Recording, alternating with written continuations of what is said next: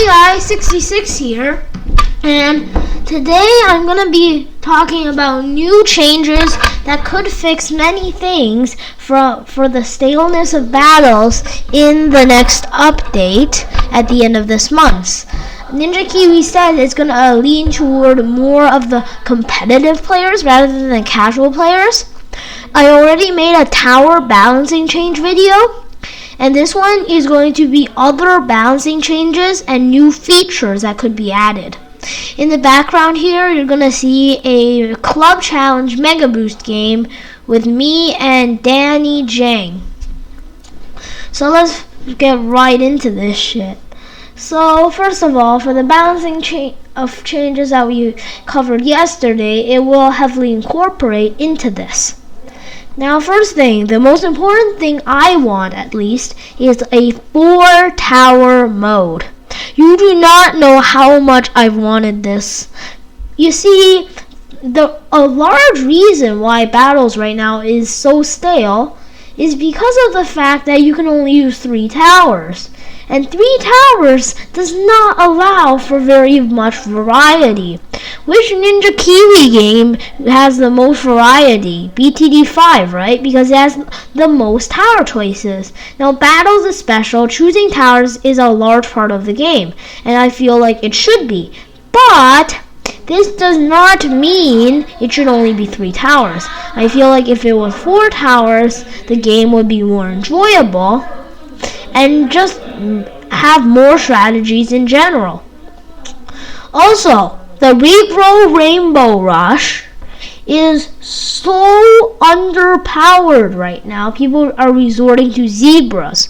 Why? Because zebras are literally, quite genuinely, more efficient than rainbows. What the fuck? That makes no fucking sense whatsoever. How could zebras be more efficient than rainbows? The stronger the rush, the more efficient it should be. Ceramics are an exception, but that is because of the ceramic layer. You see, each rainbow pops into 2 zebras, and two sets of zebras is much cheaper than 1 set of rainbows. Now, even after the first nerf to Regrow Rainbows, because there were 2 nerfs to this, it went from $675 for a full Regrow Rainbow, 3 sets. Not 3 sets, 3 from $675 to $810. That's okay. I mean, zebras are still more efficient. But here's the thing. The reason people rush with rainbows instead of zebras is not only for its efficiency, but also because rainbows are more grouped. Meaning, say, here's the thing. Zebras pop into pinks after 2 jug swings, right? 2 jugs pop into pinks, and then pinks can re-roll back to whites and blacks, which doesn't work. And what you're trying to do essentially is pop it to yellow so then it re-rolls to pinks, and then the Dart Monkeys can clean it up, at least with the Dart Farm Chipper strategy. But here's the thing. With rainbows, you need 4 jugs to pop into yellows. And since jugs have to be placed down straight lines, it's actually hard to get 4 jugs all firing at once and not to actually miss some. Which is why rainbow rushes are so deadly. In the first bottom battles, when rainbows were cheaper, people actually would, like the good players, would die to all-out regrow rainbow rushes. Because you have to use energy because they just regrow so fast, and their balloons itself are fast, forcing the jugs to chase. It's really difficult to pop in general, and it should be that way. Now, in my last video for the tower balancing, I did say the Ring of Fire should be more like Flash. I still agree with that, but I kind of want to take that back. They shouldn't be exactly like Flash because that would make the Regrow Rainbows useless again. But it should be kind of like Flash, but still not as strong as a reactor, right? It shouldn't be as strong as on Flash, is what I'm saying, but closer to as strong as on Flash, if that makes any sense whatsoever. Now, here's the thing, guys. Not only are reroll rainbows too cheap and inefficient, what they should do, they could make it $8-10 again because people complain it was too strong. But I think it should be $675 for a reroll rainbow. Not $675 for a fucking set of rainbow balloons, but rather for a set of reroll rainbow balloons. That would just make the game way more fun. Another thing, why are blacks as expensive as they are? It doesn't make sense. Blacks and whites are about the same strength. Blacks give more eco, but they send less. Why? They're more expensive, but they send the same amount. So by price, whites are way more efficient for rushing compared to blacks. Why is this? It doesn't make sense, right? So I don't know what you could do. Make the whites cost $150 and give 6 eco, or do the opposite with the blacks and turn them into the whites. I'm just confused, that's all. You can make them more efficient for eco by making it send faster. Not as like pinks, but faster than whites. It just doesn't make sense. It's kind of confusing, that's all. I don't really care about it. Also, you should make the pink rush more efficient to the yellow rush. Because right now the yellow rush is just completely overpowered compared to the pink rush. If they were the same price, yellows would still be more efficient because it's 5. That's why everyone sends camo yellows, even if pinks are faster. They should make the pinks send 5 as well. That would make sense to me. But those are small changes I don't really care about. Next up, the next major change I'm thinking about is making the bloom boost more usable. Because right now, if you're sending Moabs and you're trying to bloom boost them, you have to literally time it perfectly for this Oh My God or Moab even to get bloom boosted unless it's fast cooldown. Which in my opinion is kind of stupid. Now I do agree that its Oh My Gosh should take longer to send out. So on the beginning of round 38, not round 38, round 22, you still have a little bit more time to prepare, like another eco boost. And, it's kind of not working that way. It's impossible to bloom boost. What I think is, when you bloom boost, not including mega boost, well it should actually, when you bloom boost, it should not, wear off until at least one bloom makes contact with it. So if you send no blooms and then you bloom boost, it shouldn't wear out before any blooms get sent out. So the bloom boost should stay in effect until a bloom comes out. And when that bloom comes out, then the bloom boost starts running out. Because you do not know how many times I've sent a Oh My God without bloom boost simply because of the fact that it just wears off before I send it. Yeah, there's a timer in the game, but no one wants to follow that. It's just fucking annoying. Also, the yellow rushes. Okay, no, I don't know what my brain's off to. Oh yeah, the camos and the reroll prices are weird.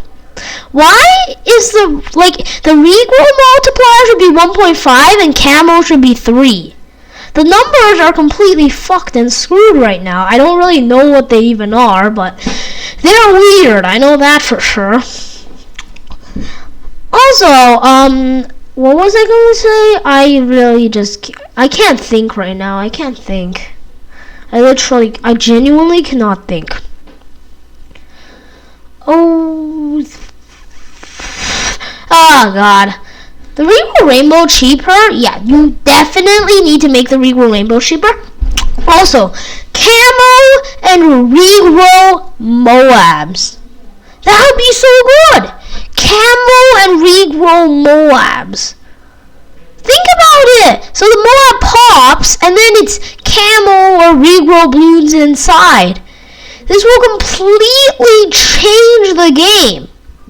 One of the largest reasons chippers are as overused as they are is because it's not just because it can suck up ceramics with the reactor. That's really one of the smaller uses, only on Battle Park, Yin Yang, like the Snowy Castle map, and a few others. I go to Snowy Castle North, not Snowy Castle, North Pole, yeah, the one with the Christmas house, gingerbread house. But most importantly, it's not even used to suck up ceramics. Juggernauts can easily deal with space and group ceramics, but rather to get ceramics inside of a Moab that just popped. Here, of Camo Moab would be 4,500. But if you send that, your opponent no longer has the possibility to just suck it up with a chipper. They don't have that option anymore. Now they have to either get up a village with the chipper, which is just ineffective, unless the village is already there, or signal flare the Moab before it comes out. Now, you might be thinking, well, this is going to make mortars overused like they are on Flash. Fuck you, mate. Fuck you. That's not going to happen. Because there's another cure to solve for this, is to spam more triple darts or something like that. Or maybe using a glue gunner, for example, to slow it down with the glue. Or maybe even getting a 3-2 glue gunner to pop it instantly. Wait, what? What am I saying? Oh yeah, more dart monkeys, or maybe it will force you to get up, I don't know, something stronger. Like, if you guys can find your own solves to this, like a submarine with the ballistic missile, for example. It would do a lot of damage against ceramics and one-shot them. And it has camera detection if advanced intel is in range of another tower. Or maybe the 4th tier ninja that I talked about giving a buff to, which has distraction. Or even a downdraft heli pilot.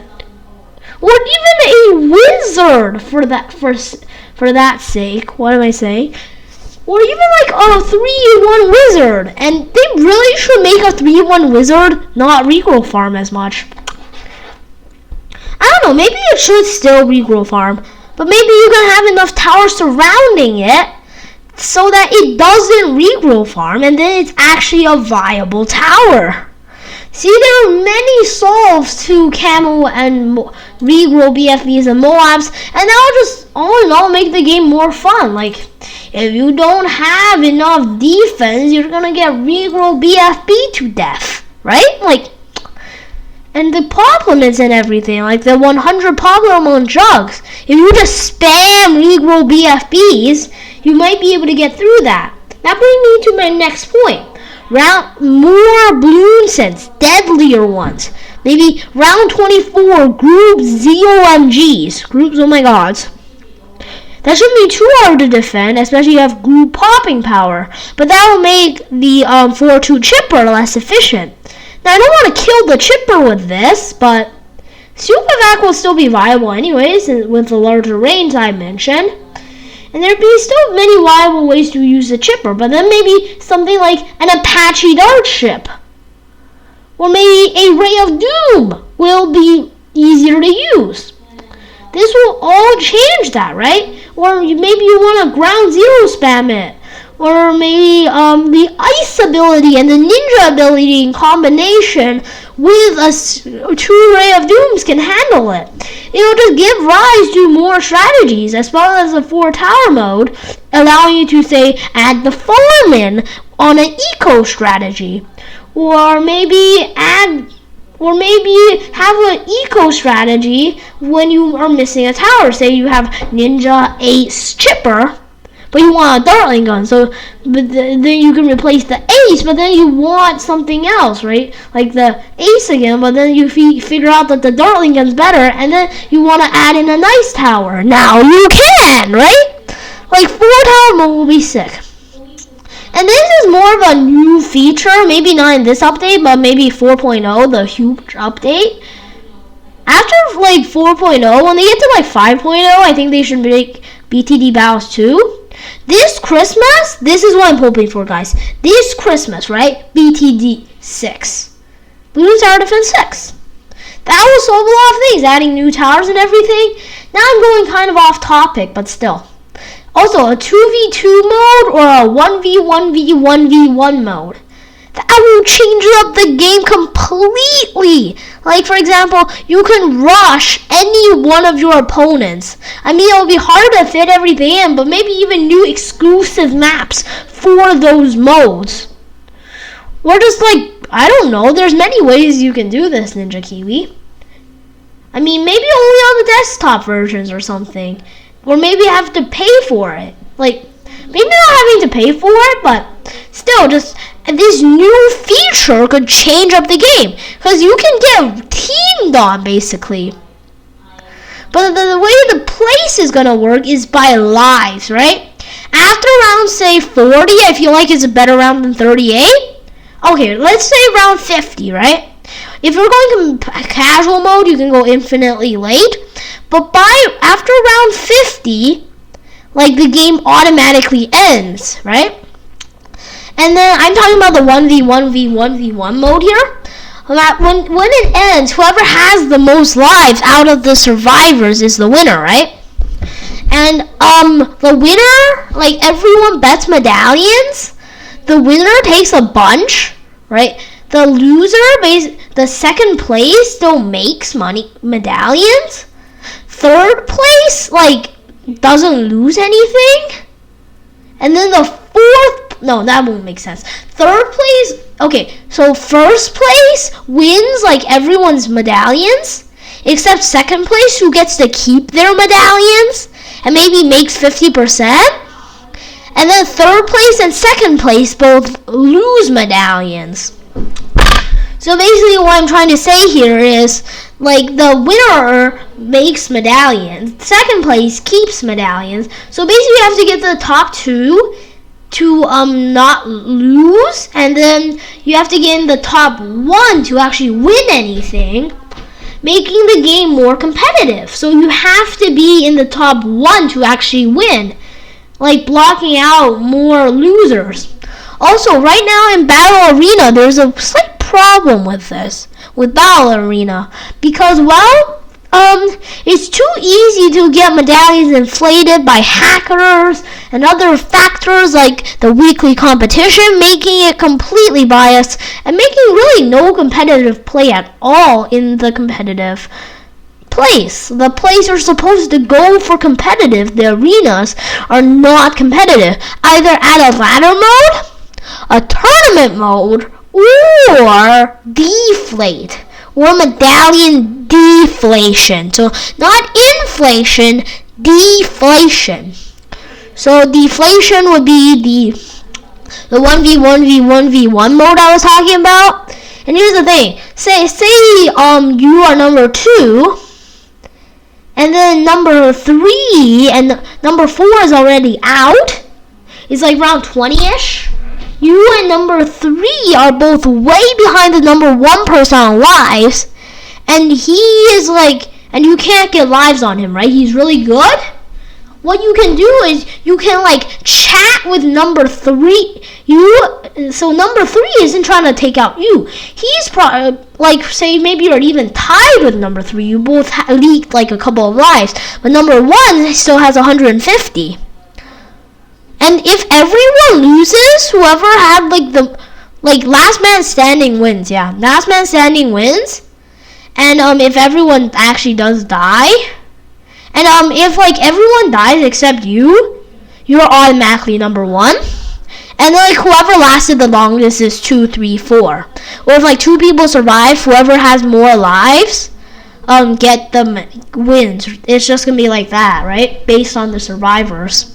Here's the thing. You and number 3, if you have equal lives, or maybe number 3 would rather take out number 1, you guys could try to rush number 1 at the same time, right? So say you can like taunt number 3, or make an actual chat system with the Steam version, where you can tell number 3, like, hey, let's go team up on number 1 and kill him. And then you guys bow to death. That'd be more interesting, right? And also with like the 2v2 battle mode, right? You guys are teaming up against them. And everyone has their own thing, and if one person loses, the entire team loses. Or maybe it has to be both people lose. There's just so many possibilities with this. And I feel like it'd be very interesting and completely change up the game, making it more competitive, more strategies get used. And yeah, guys, that's like all I really wanted to say for today. Oh yeah, and an advanced options screen where you can maybe change some textures. Just make the game more smooth, right? The sounds, pop sounds, basically more options.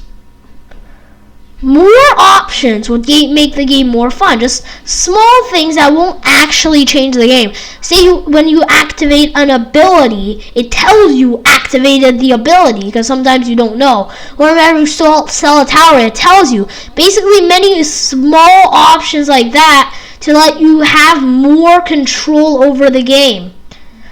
And also a way to activate one ability and not randomly, but actually clicking on the tower and activating the ability for that tower, like the Super Monkey not the fan club, say the boomerang, for example. It only fires in its radius, so you want to be able to choose. But that's going to be all for today, guys. Be sure to like, favorite, and subscribe. Take care of you all for now, and I guess that's going to be it for today. Goodbye. Goodbye. For today. Bye.